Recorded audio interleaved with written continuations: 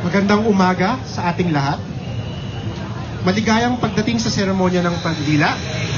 Ating pinapakilala po ang ating mayor, si Mayor Vico Soto, at ang sangguniang panlungsod at ang ating vice-alcalde na si Vice Mayor Dudut Jowers. At para po sa ating invocation, ating binabati po si Mr. Lorenzo Ginto Jr.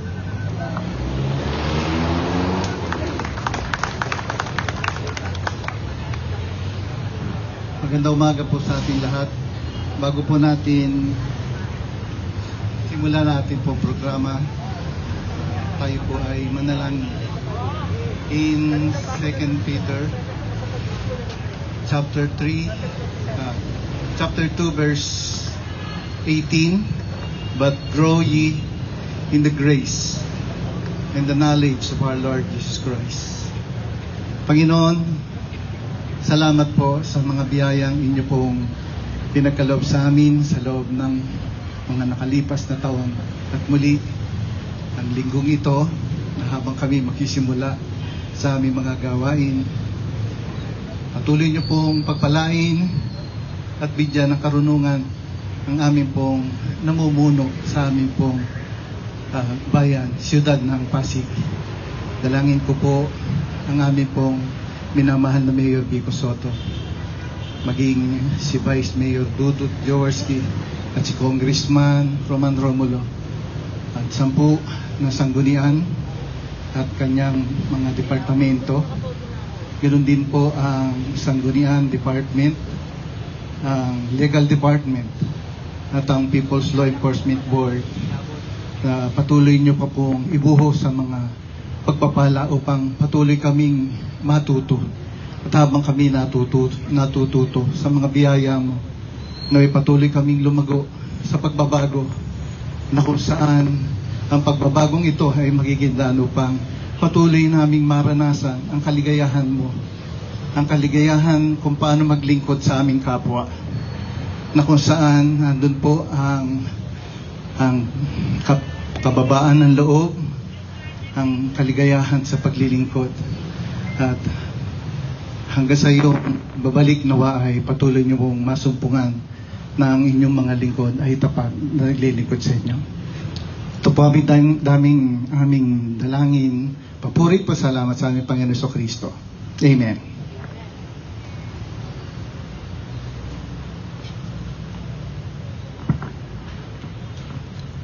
Tayo po lahat ay lagay po natin ang ating kanang kamay sa kaliwang dibdib at ihanda awitin ang pambansang awit ng Pilipinas.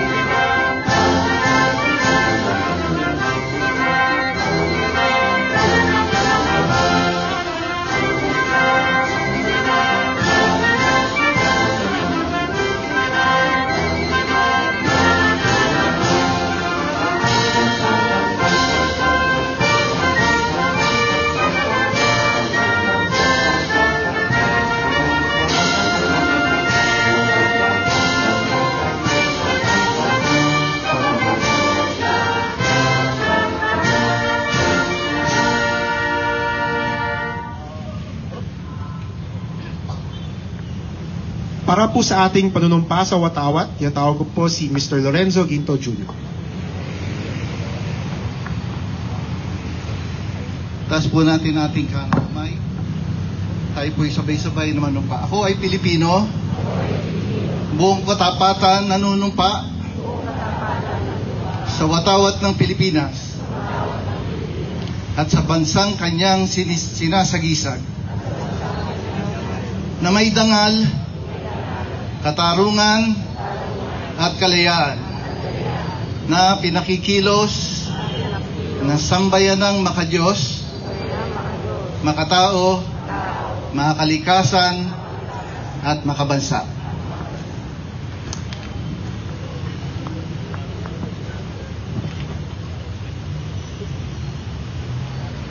Para naman po sa ating Marcha ng Pasig, tayo po yung humarap sa bandila ng Pasig.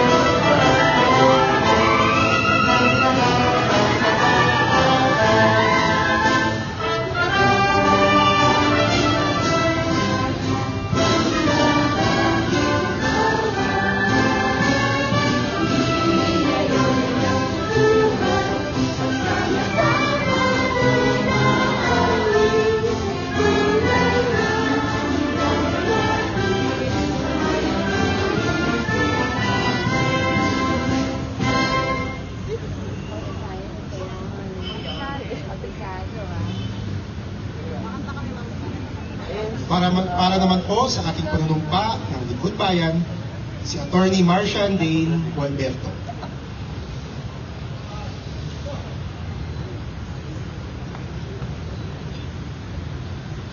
Panunumpa ng Lingkod Bayan. Ako ay isang lingkod bayan. Pangangalagaan ko ang tiwalang pinagkaloob ng mamamayan. Maglilingkod ako ng may malasakit, katapatan, at kahusayan ng walang kinikilingan. Magiging mabuting halimbawa ako, at magbibigay ng pag-asa, at inspirasyon sa aking kapwa lingkod bayan.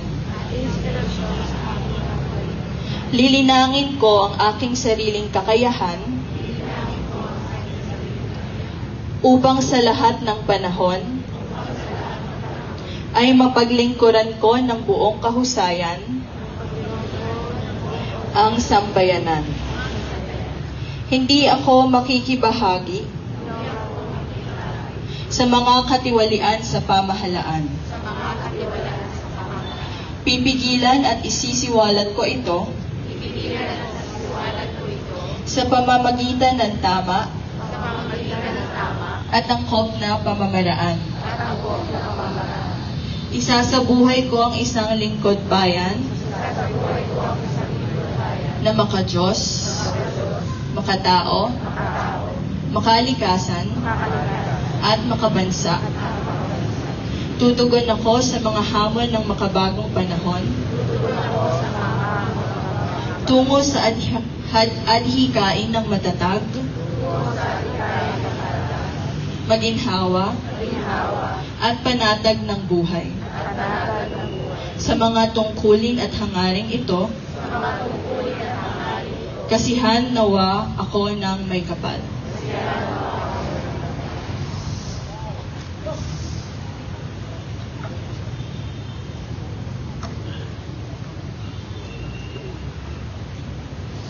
alang-alang po sa ating huling linggo ng ating Children's Month, aking po itinatawag po ulit si Attorney Marcian Dane Gualberto para po sa ating panatang makabata.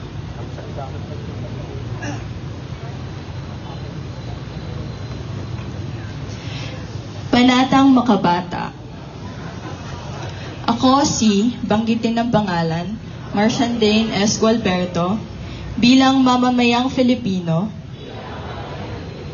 ay kinikilala ang kahalagahan ng mga bata sa lipunan.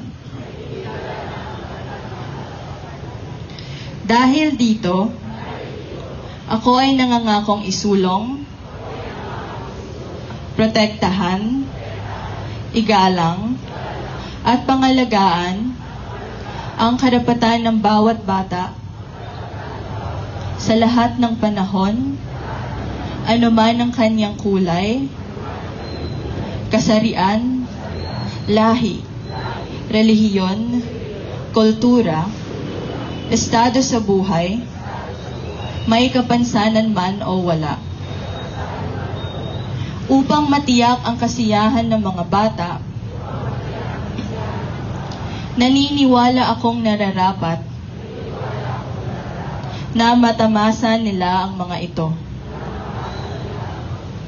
Maisilang at mabigyan ng sapat na pangangailangan upang mabuhay ng maayos. Lumago ang kaalaman, kakayahan at talento. Maproteksyonan sa anumang uri ng pang-aabuso, panganib at karahasan. Makalahok sa mga gawaing patungkol sa mga bata at maipagtatanggol at matutulungan ng pamahalaan anumang oras. Sa tulong ng poong may kapal, ang lahat ng ito ay aking isa sa puso at isa sa gawa dahil ang mga bata ang pag-asa at siyang magpapaunlad sa ating bayan.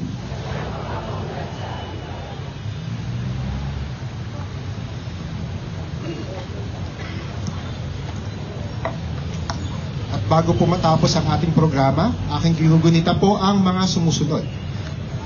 Sa November 27 po, ito po ay ang Araw ng Pag-asa, ay pagbasa ayon po sa Republic Act number 10556.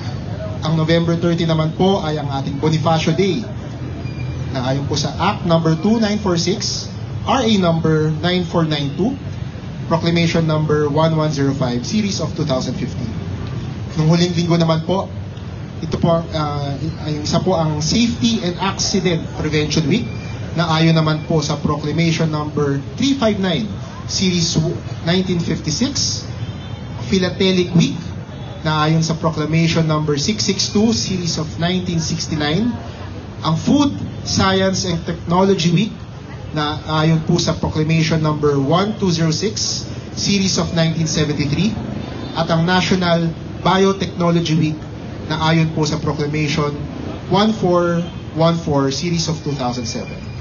At maraming salamat po at alang-alang po sa ating office in charge po ngayon, ang PLED, City Legal, Sangguniang Institutional Sector. Ako po si Attorney Nick Gutierrez at nagpapasalamat po sa pag-atenda ng itong programa.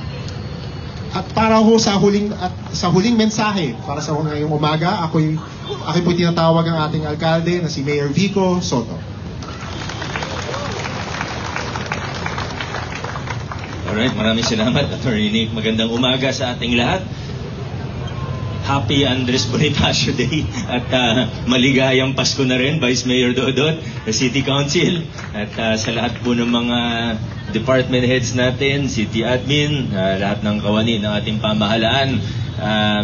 Siyempre tayo po ay nagpapasalamat din sa national government agencies, lalo na sa BFP, Ma'am Elaine, na tumulong sa atin na nagkasunog sa ating City Hall sa 3rd floor. Grabe ang mga pangyayari nung nakaraang linggo, very eventful to say the least. Yung nakaraang linggo, that siguro talagang isa na rin yung senyalis na kailangan na talaga natin magbakit sa City Hall. Ano? Kasi sa totoo lang, hindi naman ganun kalaki yung sunog eh. Electrical fan, hindi 10 minutes, Ma'am Elaine, di ba? 10 minutes, fire out na tayo. Pero ano yung naging problema? Hindi makalabas yung usok. Kita natin, bukod sa problema natin sa potential na earthquake, sunog rin pala, napakalaking peligro sa atin. Ano, na maliit lang na sunog, buong City Hall, punong-puno ng usok. Kasi hindi talaga, walang ventilation at kinailangan pa nating magbasag ng bintana sa 3rd at 4th floor para sa kalaman po ng lahat. Ano? Kung di tayo nagbasag ng bintana, baka hanggang ngayon may usok pa sa City Hall. At ngayon nga, amoy nyo pa di ba? Ng mga lalo na nasa 3rd, 4th floor, pero hanggang 5th floor, kahapon nasa 5th floor ako amoy pa rin talaga yung usok at sa elevator. Ano? Kasi walang proper airflow, walang ventilation. Kaya yan yung isa sa siguro natin sa bagong design ng City Hall ay maganda yung airflow, ventilation at syempre yung fire alarm and suppression system natin.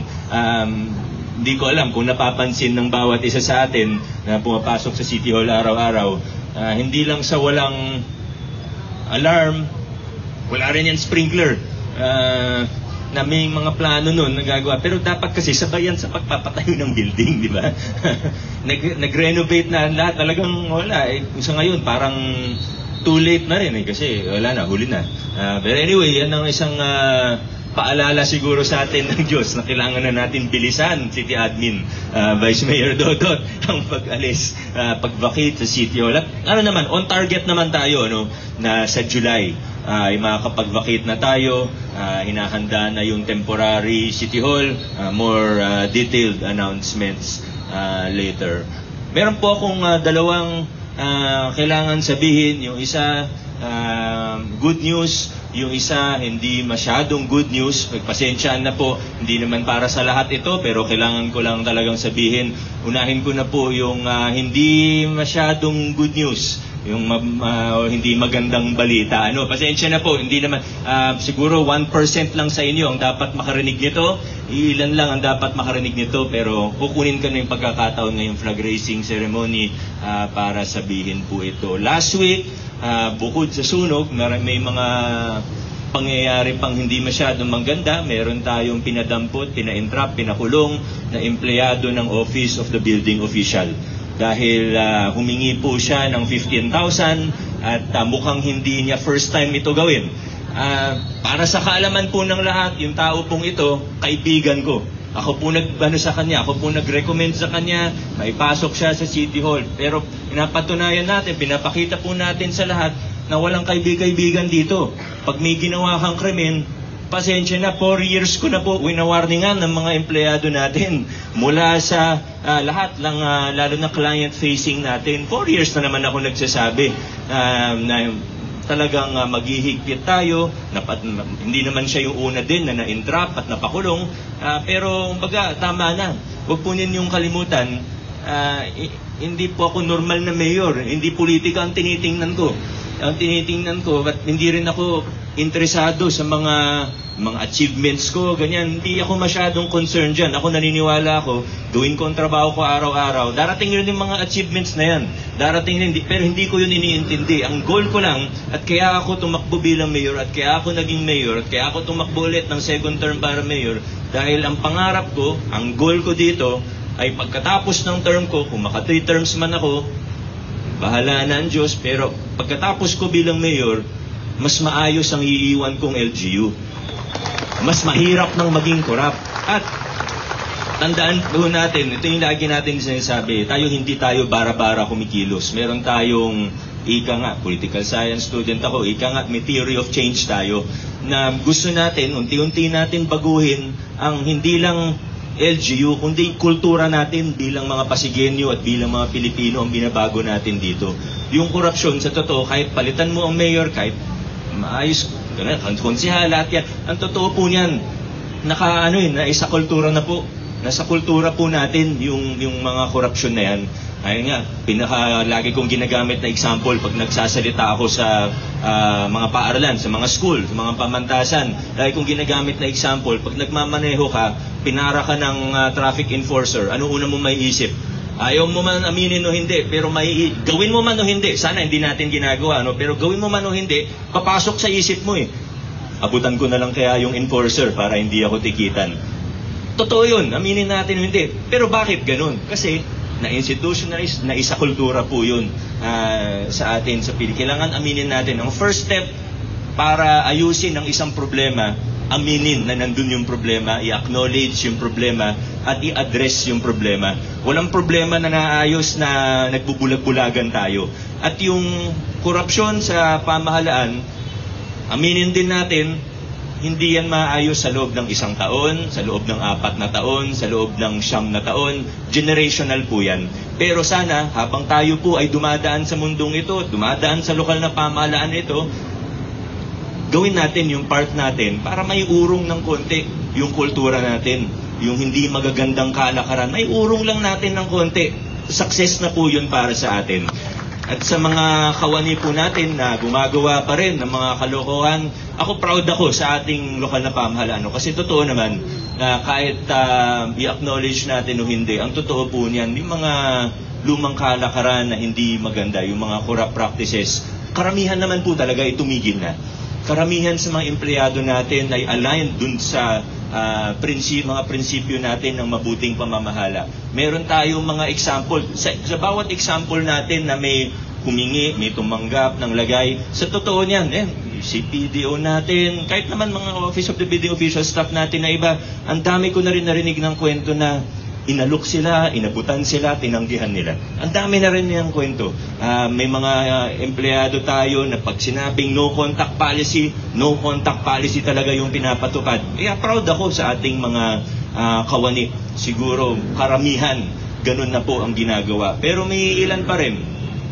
At bukod po dun sa nahuli nung nakaraang linggo na tumanggap. Actually, 10,000 na lang yung tinanggap niya. Nakipagtawaran pa eh.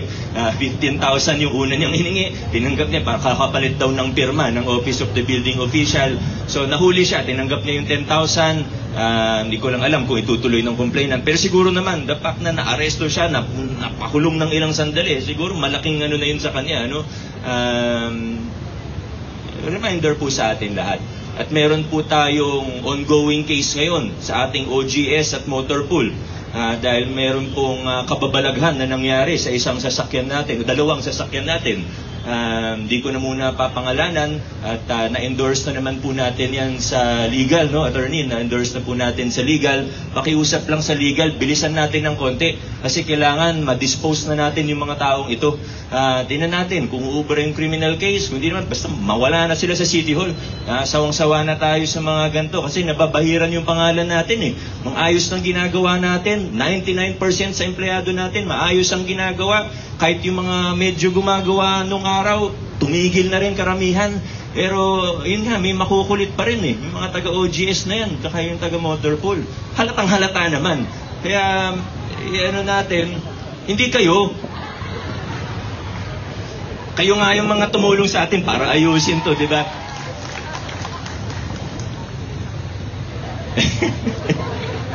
Galit sila. Wala kaming ginagawa ha. Hindi kayo. Hindi ko nga muna papangalanan. Pero ang punto lang natin, at ito, nandito naman sila eh. Nandito naman sila. Kaya sabihin ko na, mag-cooperate na kayo sa investigasyon, baka hindi kayo makulong ng napakatagal na panahon. Titingnan natin yan bilang mitigating circumstance, ika nga ng mga abogado. At baka pwede mag-compromise. Ibig sabihin, sige, aminin nyo na lahat, i-presenta nyo sa amin lahat ng ebidensya, sige, hanggang admin case na lang. Pero kung magmamatigas kayo, pag tatakpan ninyo yung mga ginawa ninyo, dederecho ko hanggang criminal. Kasi halatang halata. Halatang halata yung ginawa ninyo. Para sa kaalaman ng lahat, ang ginawa po nila, meron kasing may talagang tayong binili. Para alam nila na alam ko. Kasi ako tahimik lang. Pero pag tahimik lang ako, doon kayo matakot. Kasi inaalam ko talaga. Meron tayong sasakyan na binili. Kaso ang problema, nung na-award na yung kontrata, ay obsolete na yung sasakyan. Wala nang available. So, nag-propose yung ilang tao sa end user natin na mag-change order na lang. ang katakataka, dun sa request for change order, walang pirma nung pinaka-department head nila. So dun pa lang, medyo red flag na yun. Tinignan namin, hindi pwedeng i-change order yan. Kasi ibang item na yan eh. Kung may konting pagbabago lang sa specs, pwede tayo mag-change order. Pero kung ibang sasakyan na siya, bawal po yun. Alam nyo naman yan. Tatagal na kayo sa gobyerno, alam nyo, bawal po yun. Violation yun ng 9184. Hindi pwede yun.